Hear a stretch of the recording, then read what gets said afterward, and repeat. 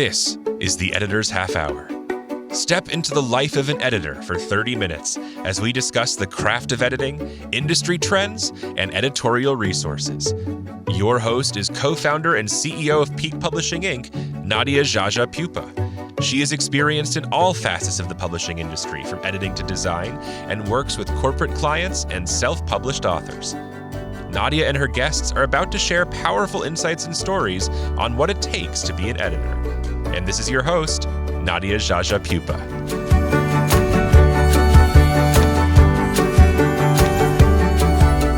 Hello, everybody. Thank you for listening in to the Editor's Half Hour. We have an interesting episode today. We are talking about AI-generated content. This is nuts. It's crazy. Everybody's talking about it. So it's going to be a lot of stuff. So I want to get right into it. Today, we're talking with Ellen. Ellen is the owner of Ellen Edits. She's very similar to me, actually. She's a copy editor and proofreader. I also do graphic design and a whole bunch of other stuff too. But we both are, into the corporate world. We both kind of started in the corporate world. So welcome, Ellen. I'm so happy you're here. I can't wait to start talking about AI-generated content. But before we get into it, can you please tell us a little bit more about yourself and your business and the types of things that you edit? Sure. Thank you so much for having me. I'm really excited to dive into this topic. So I started my business in 2017 after I graduated from Indiana University. I have an undergraduate degree in English with a focus in public and professional communication. And so after I did that, I wasn't quite sure what I wanted to do with myself, so I just started to get another degree. And then I moved into the corporate space for a while, where I was working kind of in project management for a tech company. And the whole time I was doing that, I'd started kind of this editing thing just as a side business, just to see what would happen. And that eventually grew to be just too much for me to balance with the corporate job. So I finally just transitioned out of corporate, and now I get to serve both creative business owners and independent authors kind of pursue their publishing journey. So on one hand, I get to kind of work as a digital content manager or a managing editor for a lot of online creative business owners, people who are writing a lot of online content like blogs and articles and white papers, things like that. These are generally tend to be more corporate-ish clients. And then I also serve independent authors who are doing full-length fiction and nonfiction. So it's a really fun mix for me. I get to kind of stretch both the analytical and more short-form content, and then also help with the long-form, more creative stuff like that. So it's been a really fun journey and transition, and I love to work with kind of both of those audiences. I love that. That is exactly what I do. It's the same exact thing. And that's why I feel like we're so similar, because we serve both of those. It's like two buckets, really, like the corporate world and then the self-published author. And, each one kind of taps into that, the creative side, the fun side, if it's fiction or nonfiction, but then the corporate side where it's really technical. It can get, very specific on what's being asked. So this topic is, the AI generated content it's huge right now. Everybody's talking about it. It's not just related to the publishing world. It's art that's AI generated. Yes. There's so much. Yeah, it's crazy. So we can tap into both of that today, how this affects the corporate world and the self-published authors. So why are we talking about this? Why is this even a topic? Tell us what it is. What is AI generated content? Because I will lead into this with one thing. Yesterday, I had two meetings with two different colleagues. One colleague said, "Oh my God, Nadia, I have to show you this AI generated thing. It's going to blow your mind." And I had never seen it. So my first exposure, this was just happenstance because we were doing this today. She showed me and I saw it like writing, and it blew my mind. She typed in a very generic topic and I saw it just go. And it was like literally writing before my eyes. And it was just, like you said, scraping the internet with content. Then I talked later that day with another colleague and I said, "Hey, have you heard about this AI generated content? And, what do you think of it?" And she practically cut me off and said, "I am absolutely terrified of this." So it is a black and white thing right now. I am actually not, I'm in the middle. And we're going to get into this today. So tell us, I kind of already described what it is, but why is this such a controversial topic right now in our publishing industry? Yeah, well, you kind of hit the nail on the head earlier. I mean, it's a hot topic right now. Of course, we're at the end of 2022. I feel like everybody's talking about AI-generated art. And so while AI-generated content is not a particularly new concept, it just feels like everybody's talking about it because we're in the middle of this conversation of who owns the rights to the content, who's getting credit, are we disenfranchising artists and creatives and things like that. So it just feels really topical. You're right, it does feel scary for a lot of people. Every time this topic resurfaces, we start to have kind of similar conversations. And I would argue the rise and fall of AI is pretty cyclical, right? It comes up, it becomes a hot issue, then it kind of dies out again, then it comes back up when a new tool or a new improvement is made.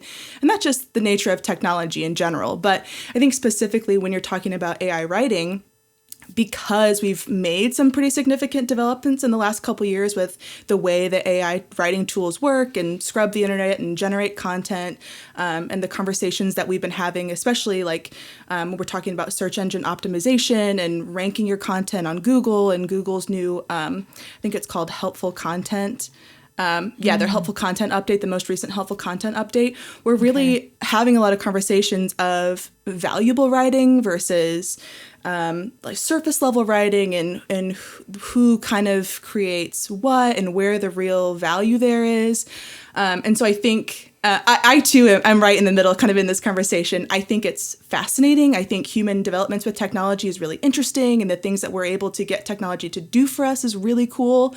I do think we are definitely not to the place yet where any sort of creative person is going to be replaced by technology.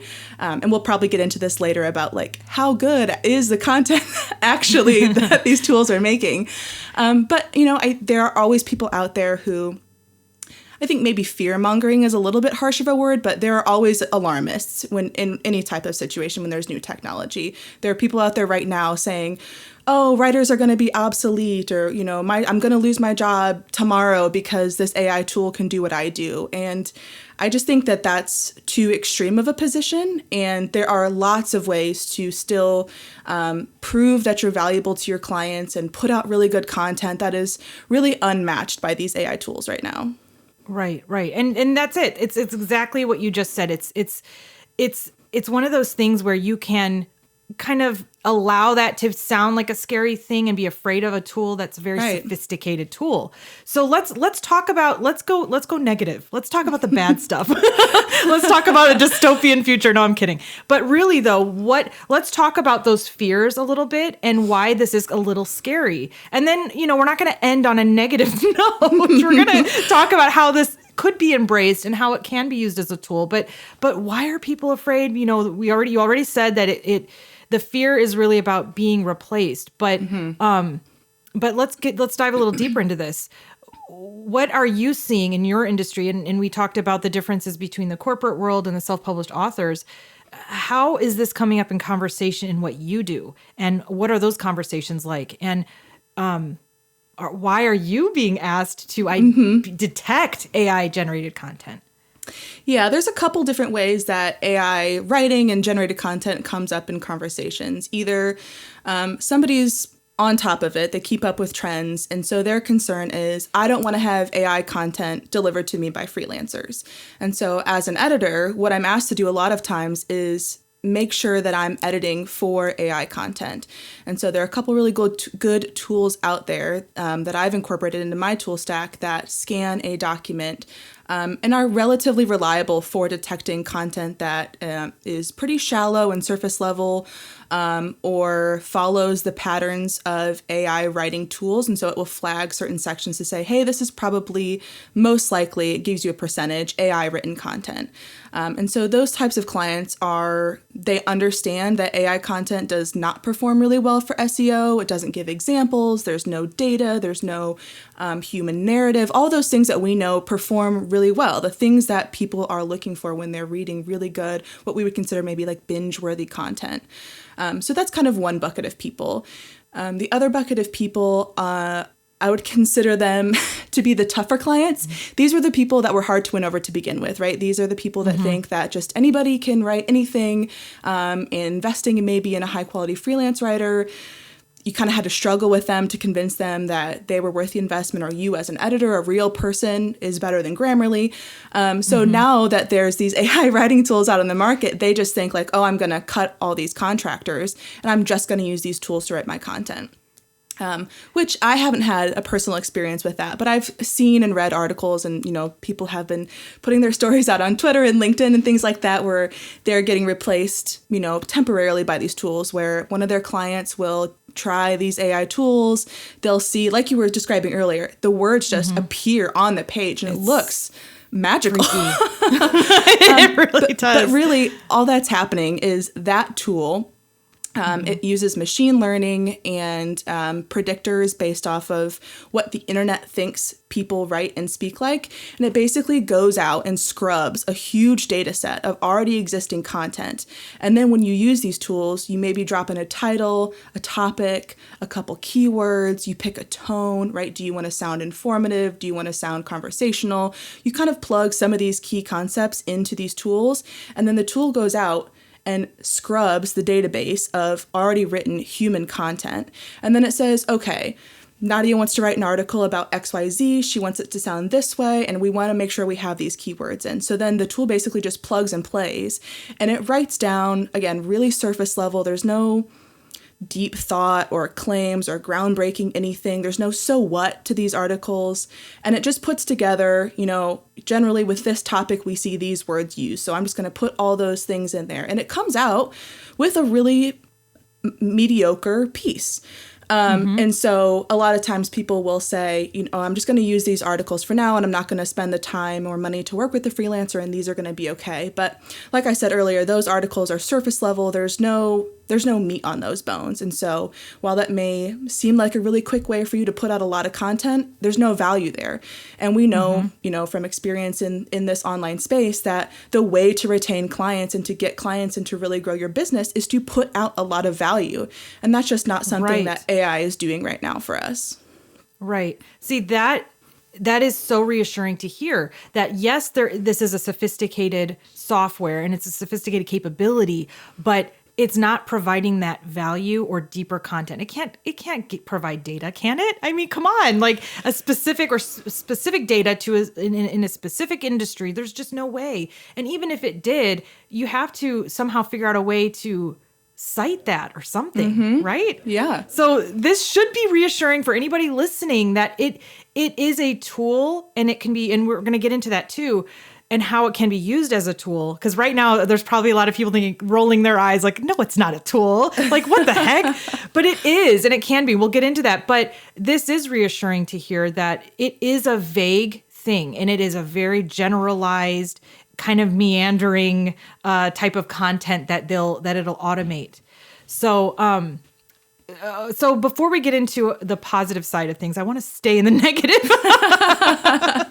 Let's stay in this stark, like, my idea of like our future. We're all going to turn into robots or rely on robots. So dystopian. So dystopian, exactly. It's entertaining sometimes to think that way, because I really don't. I have a very optimistic view on things, and I cannot foresee that things can be fully automated in that way with AI. You can try, again, like you said, you can try to outsource work to certain types of even humans and not get the quality. And that kind of speaks, this is way outside of our topic, and this just speaks to experience and talent and quality of content with editing. And it can go way up the scale, all the way up to ghostwriting and way down to just proofreading. It really just it's all based on, the experience too that goes into it. You can't rely 100% on robots and AI. Right. So, okay. So, we're talking about, the fears a little bit behind it and how the level of sophistication, because when you said that you can plug in tone, like, that's crazy. Like conversational or, in formal tone or academic. There's different types of tones when writing, and, flow, the way that sentence structures flows and stuff like that. But so is it the corporate clients that you have that are putting out maybe blog posts or different types of digital assets where you are looking at content that might be AI generated and they don't want that? Or at what point in your career or process did this topic come up and it's like, hey, Ellen, something's wrong here? Or were you the one were you the proactive one who thought, oh, something's weird about this? We talked a little bit about like spidey sense a couple days ago, and I want to hear your take on this and why you want to detect it. Yeah. So. Well, I think go ahead. Just as an editor in general, there's this concept, kind of like doctors, right? Do no harm. You want the best for your clients. You want their books to succeed. You want their content to succeed. And part of that is always checking to make sure that they're delivering value, that they're connecting with their audience, that they're speaking directly to some sort of problem or human emotion or conveying a narrative that is really engaging. So I think part of caring so much about AI content is just a function of being an editor and caring about your clients and wanting people to succeed and do well in this creative space. So let me just step off that soapbox. I love that. No, but I love that you said that. Let that breathe for a second. The fact that you have this higher purpose to make sure that the content is at the best possible stage that it needs to be. Right. That speaks to every editor and should speak to every editor in the world. Thank you. Thank you for addressing that. I love that. But the first time that AI content or checking for AI content kind of came into my sphere, of course, I'd been sort of following it about this topic on the news and on Twitter. And especially, I think, because my corporate background is working in a tech space. And so just tech trends in general are interesting to me. But it wasn't really until Google released their helpful content update where this really kind of came front and center with a lot of these content management clients that are writing a lot of articles, or they're managing a team of freelance editors and it's funneling into an agency, and then that agency is serving multiple corporate clients or online businesses and things like that. And so when that helpful content update came out, one of my clients specifically said, hey, I want to start checking for this because I want to make sure the content that I'm delivering to my clients is original and human made, because we know that's the kind of content that actually performs well and actually lands on the front page of search engines. And so she kind of set that expectation with her freelance writers that, hey, we're going to be checking for this, use those tools for ideation, maybe outlining, but we will be checking every single article to make sure it was actually written by you. And so that was how I was kind of introduced to using AI checker tools to say, we know the code base that was used. We know the programs and algorithms that were used to make these AI writing tools. So we're going to take that same information and make tools that check for the likelihood of a piece of content being written using those algorithms. So that's really nice that we have kind of both sides to the coin in that aspect. We have the ability to write with AI, and we have the ability to check for AI content, ironically also using AI. That's awesome. But I like that, knowing that. I think editors need to know this because that puts you back in control. Yes. And that's a big deal. So yeah. Just to interject that. Well, and it helps us to deliver a better value to our clients. So not only are my clients trying to deliver good value to their clients, I'm trying to deliver a good value to them. And so after I was introduced to these AI checker tools, now if my clients don't bring it up to me, I broach the topic. I say, hey, I know we've talked about plagiarism and we've kind of talked about wanting to keep things at a certain reading level. Have you also considered checking for AI? I use this tool, here's why, and maybe we have just kind of a quick conversation about the pros and cons. And I found that to be really effective. Again, this is not something, if you're a business owner, unless you've maybe been under a rock a little bit, you've probably heard of AI writing tools. So it's nice just to have that conversation out in the open. There's really no point in pretending it's not happening, because it is. It's everywhere. It's all over the news. It's part of a lot of conversations in this space. So just talk about it up front with them. And every single case I've had where I brought it up to a client, they say, yeah, let's just incorporate that into the workflow. So it's not about calling out writers for using AI tools. It's just saying, hey, this section or this part of the article got flagged as potentially being AI generated. Let's rework this a little bit so that way it's not being flagged that way, but a lot of times I can point out really specific examples is this section is really surface level. Like we've made a lot of claims here, but we didn't give the reader a why, or we didn't back it up with a statistic or a piece of data or personal narrative or anything like that. The other part too, before I really even started working with AI tools or really started integrating like my thought process around AI while I was doing editing is you were talking about spidey senses. You know, if you have a long-standing relationship with a writer, you're going to be able to tell when something is not typical in their content. And so I've got writers that I've been working with for over a year or two, maybe at this point. And, you know, sometimes, of course, everybody has a bad day. So I'll get an article. I'm like, oh, this person just must have had a rough one. It takes a little bit more editing than normal.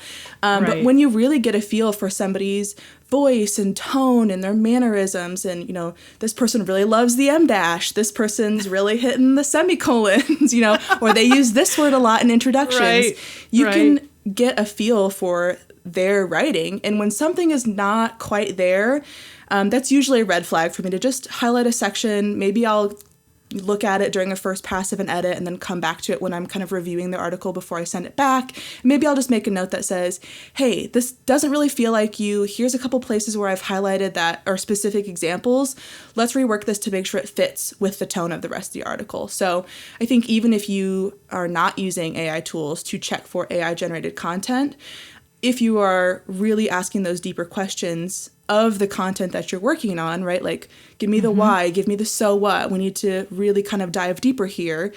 Then it's going to be easy to either identify and weed out AI written content, or you're going to end up inadvertently just editing mediocre AI content into good, actually valuable content.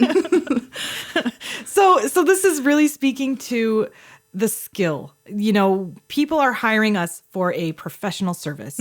So let's look at this from a business perspective. We both run our own businesses.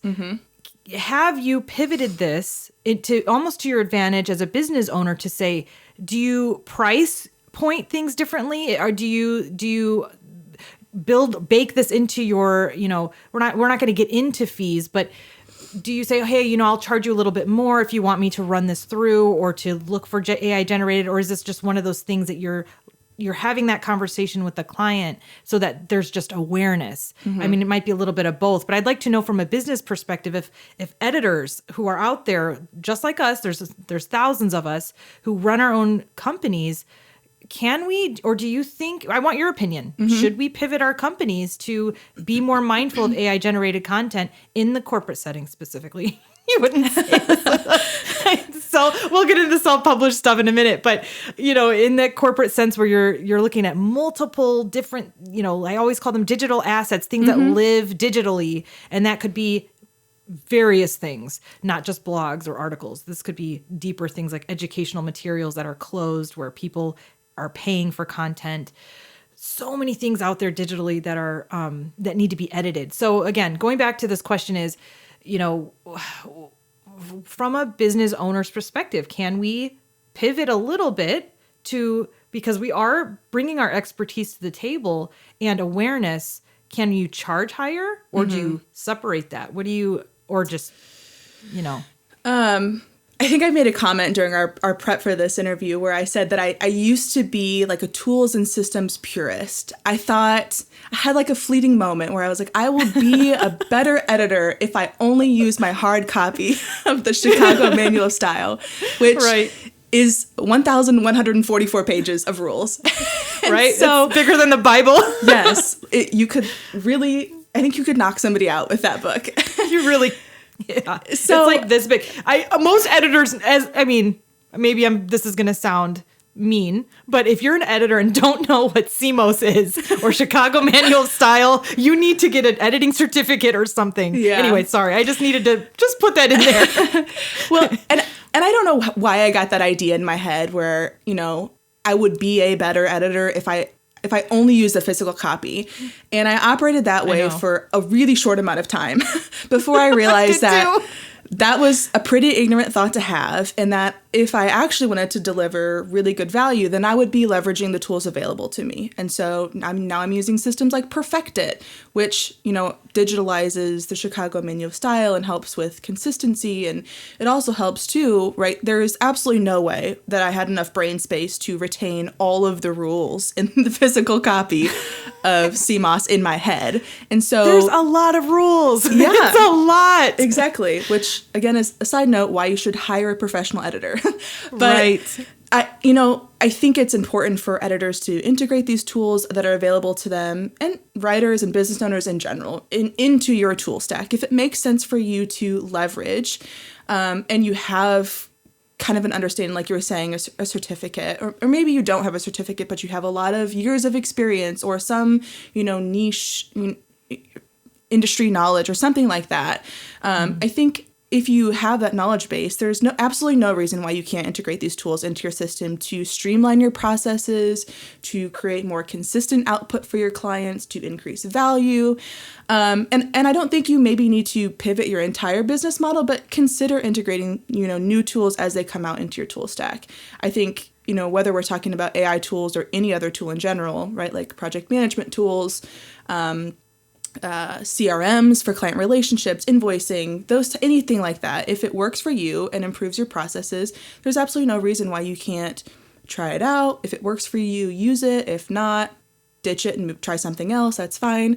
But for me personally, I didn't increase my prices when I integrated kind of AI checking. I'm very transparent. Like if you look on my website, I outline exactly what you're going to get with every single package, what the pricing is. And during onboarding and kickoff calls, I will walk through like, hey, I'm going to be using these tools and systems to help me do my job better so that you can have a better product for you on your end. And a lot of times having those conversations sparks just a greater conversation about, well, why are you doing it this way? Or I had no idea that editors also checked for X, Y, and Z. And so I see those things as a value add, not just for me to deliver, but it helps me position myself like, yes, there are tools like Grammarly and this new, there are a myriad of new writing tools like Jasper and Copy AI and Writer and those types of things. Those tools are out there.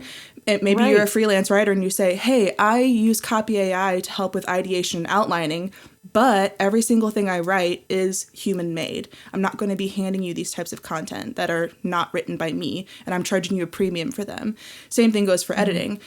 When I talk to my independent authors, I say, yes, I'm going to be using Perfectit kind of as a tool to help me, make sure I've applied your styles and Chicago Manual style across your entire document.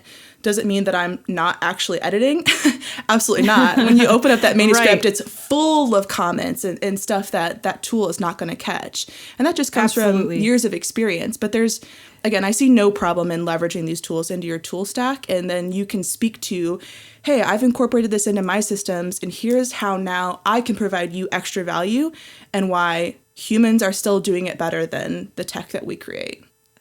Exactly. And you literally just said exactly what I was thinking in terms of embracing this a little bit more as a tool.